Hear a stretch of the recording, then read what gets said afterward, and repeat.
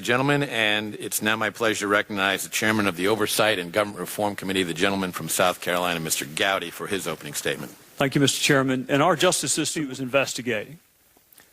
He has a different set of rules for others that he's investigating. Agent Strzok thinks saying someone he is allegedly investigating should be elected president 100 million to 0 before he ever interviews her.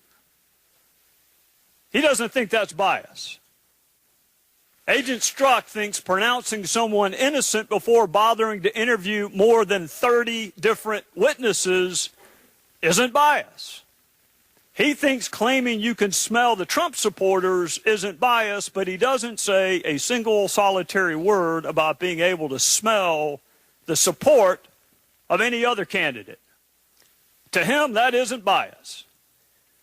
The moment Special Counsel Bob Mueller found out about Peter Strzok's texts and emails, he kicked him off of the investigation. But that was a year and a half too late. The text and the emails may have been discovered in May of 2017, but the bias existed and was manifest a year and a half before that, all the way back to late 2015 and early 2016. So it wasn't the discovery of texts that got him fired. It was the bias manifest in those texts that made him unfit to objectively and dispassionately investigate. So if the bias existed in late 2015 and early 2016, and it did, his unfitness to investigate existed then as well. Agent Strzok struggled to define bias for the better part of 10 hours. For the rest of us, bias is the prejudging of a person, a group, or a thing. It usually has a negative connotation, but it is a preconceived position or a prejudgment. It is the making up of your mind ahead of time based on anything other than the facts, and that is exactly what he did.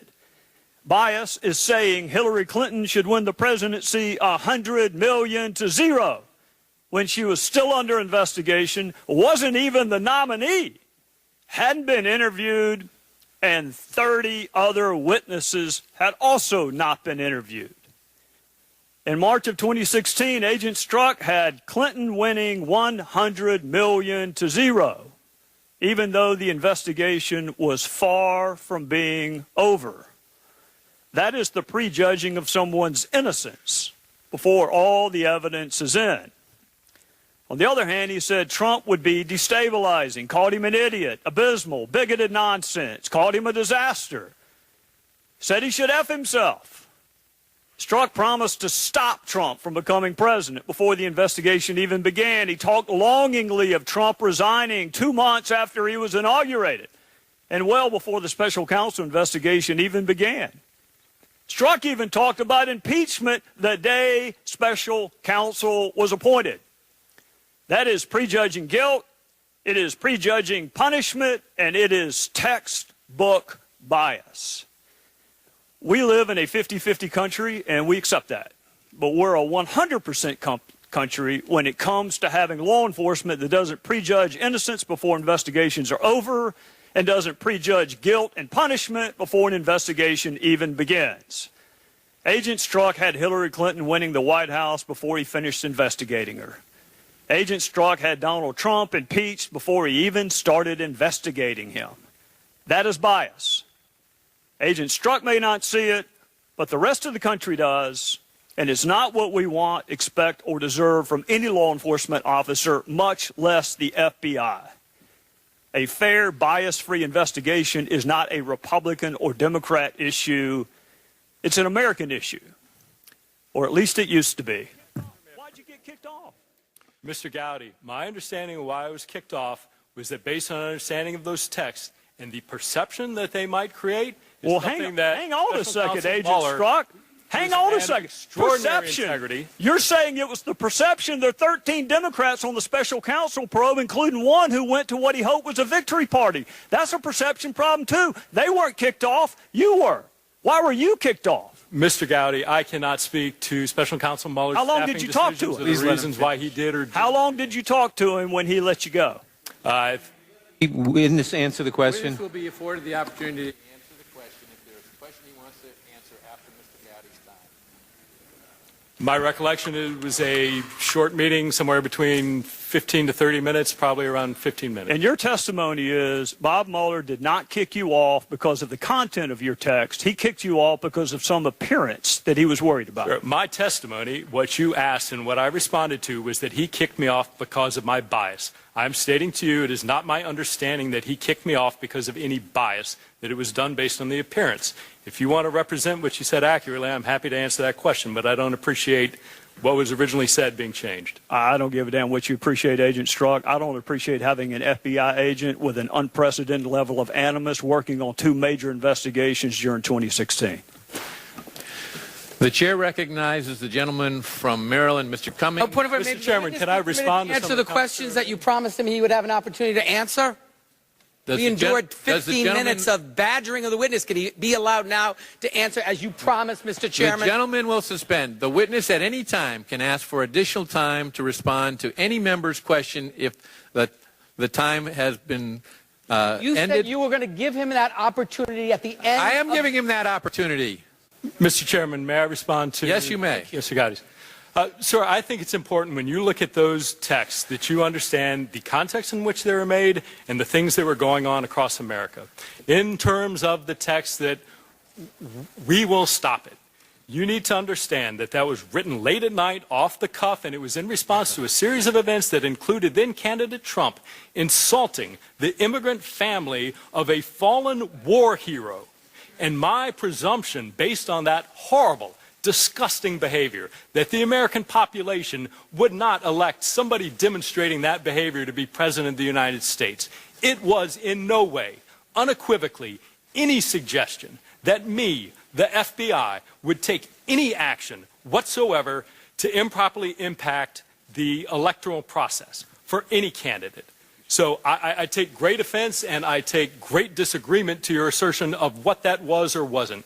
As to the 100 million to 1, that was clearly a statement made in jest and using hyperbole. I, of course, recognize that millions of Americans were likely to vote for candidate Trump. I acknowledge that is absolutely their right. That is what makes our democracy such a vibrant process that it is. But to suggest somehow that we can parse down the words of shorthand textual conversations like there's some contract for a car is simply not consistent with my or most people's use of text messaging. I can assure you, Mr. Chairman, at no time in any of these texts did those personal beliefs ever enter into the realm of any action I took. Furthermore, this isn't just me sitting here telling you, you don't have to take my word for it. At every step, at every investigative decision, there are multiple layers of people above me, the assistant director, executive assistant director, deputy director, and director of the FBI, and multiple layers of people below me, section chiefs, supervisors, unit chiefs, case agents, and analysts, all of whom were involved in all of these decisions. They would not tolerate any improper behavior in me any more than I would tolerate it in them. That is who we are as the FBI. And the suggestion that I, in some dark chamber somewhere in the FBI, would somehow cast aside all of these procedures, all of these safeguards, and somehow be able to do this is astounding to me. It simply couldn't happen. And the proposition that that is going on, that it might occur anywhere in the FBI, deeply corrodes what the FBI is in American society, the effectiveness of their mission, and it is deeply destructive. Mr. Chairman, I have a motion. I have a Rule 11 motion, Mr. Chairman, Clause 2. What has changed? Why did our chairman promise not to interfere wittingly or unwittingly, but then suddenly launch this aggressive attack against our special counsel? There has been one obvious development. The special counsel has now obtained 5 guilty pleas and indicted 18 others, including some of President Trump's closest advisors. Here are the individuals who are already admitted their guilt. Michael Flynn, President Trump's national security advisor. He pleaded guilty to lying about his secret communications with the Russians, making false statements to the FBI, and impeding the investigation while he worked at the White House last year. Let me underscore. These are not allegations. These are admissions. President Trump's national security advisor admitted that he committed these crimes, and he is now cooperating with the special counsel. Rick Gates, President Trump's deputy campaign chairman, he pleaded. The chair would instruct the individuals who are holding signs up, but that is an inappropriate thing to do. Is there rules of that, Mr. Chairman? Mr. Chairman, is there Are there any rules point of against order, what Ms. they are doing? Cite the rule. Cite the rule if there's a rule against what they are doing. Cite the rule. Names, faces, titles, and the rule and the word guilty. The gentleman may proceed. Thank you very much, Mr. Chairman. Let me underscore, these are not allegations. These are admissions.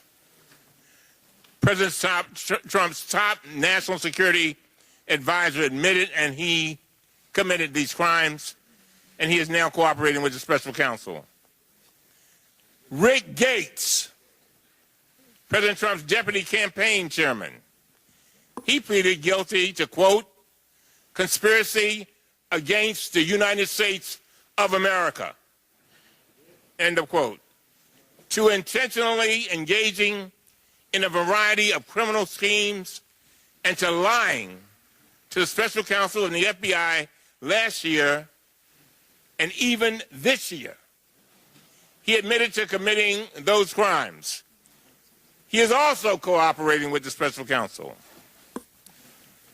George Papadopoulos, President Trump's foreign policy advisor, he pleaded guilty to making false statements to the FBI in 2017 about when he first learned that the Russians had dirt on Hillary Clinton.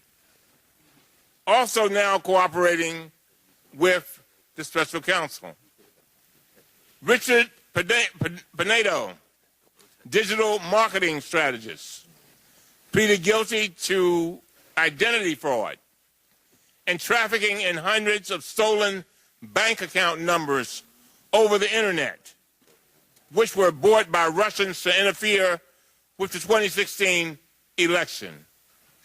And Alex van der Zwaan, the son-in-law of a Russian oligarch, pleaded guilty to lying to special counsel and the FBI in November about his work with President Trump's campaign chairman, Paul Manafort, for foreign nationals aligned with Russia. Of course, this does not include Mr. Manafort himself, who is scheduled to begin his criminal trial later this summer. He is sitting in solitary confinement after allegedly engaging in witness tampering. This also does not include Michael Cohen, the president's longtime lawyer. At this moment, he may be considering whether to cooperate with special counsel.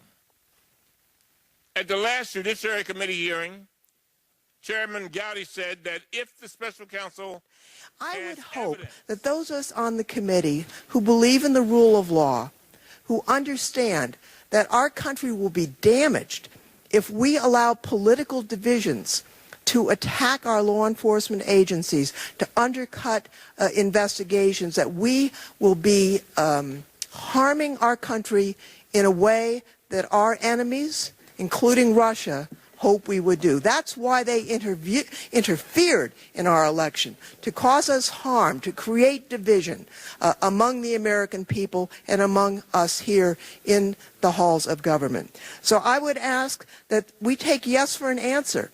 The Inspector General did investigate this matter. He found out there wasn't political influence, and we wait for the results of Mr. Mueller's investigation. I pray that we find that our president was not involved. That would be great news for our country, and if that's Mr. Mueller's finding, I will accept it, not investigate it. I hope that we can put our partisanship at the door, step back from the precipice that we are finding ourselves now, and I would hope that this hearing, which I think serves no good purpose for our country, could be brought to an end. I yield back.